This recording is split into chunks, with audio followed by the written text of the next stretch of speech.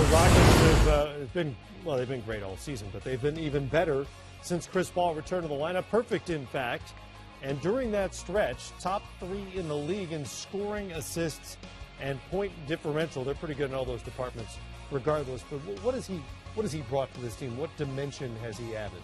Well, the one thing that's not up there in the graphic is how much better they shoot the 3 when Chris is on the court. It's almost 10 percentage points better. He's just getting them so many extra wide open looks.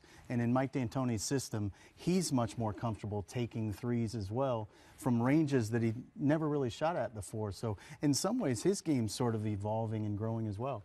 I think you hit it right on the head. His game is definitely evolving. He doesn't have to do as much here as he had to do in Clipperland. So a lot of times we've talked about Chris Paul sometimes over-dribbling. It's because he had to. Guys like DeAndre Jordan and J.J. Redick, those guys didn't get their own shots. They fed off of Chris Paul. He had to do a lot. Here he's asked to do less.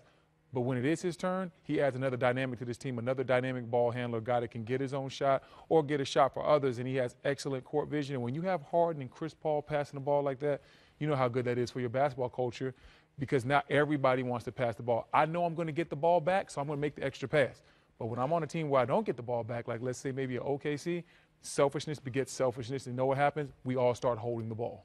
David, as an executive, how do you go about judging whether a player you're interested in acquiring can do something different than you've normally seen him do in his NBA career? Talking about Chris Paul handling the ball a lot in L.A., and now he's off the ball and it's working.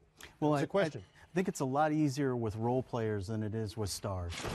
In the situation with a star, when you're bringing him in, what you have to have is a very similar role to what he's had that made him a star. You're very, very unlikely to bring in a star and make him a role player. And I think that's one of the things OKC is struggling with right now. They're not able to give those guys the amount of usage that they're used to. With a role player, really good example of this would be Channing Frye, who you know very well.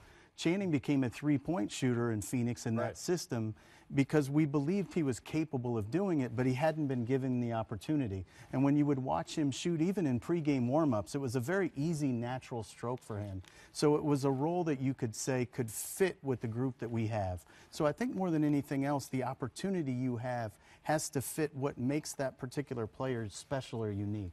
Whether it's a role player, whether it's a starter, the biggest thing is want to. You have to want to do something else. You have to want to fit in. It can't be about fitting out. You have to fit in. And so you see Chris Paul, he wants to fit in with this team, and he's helping them.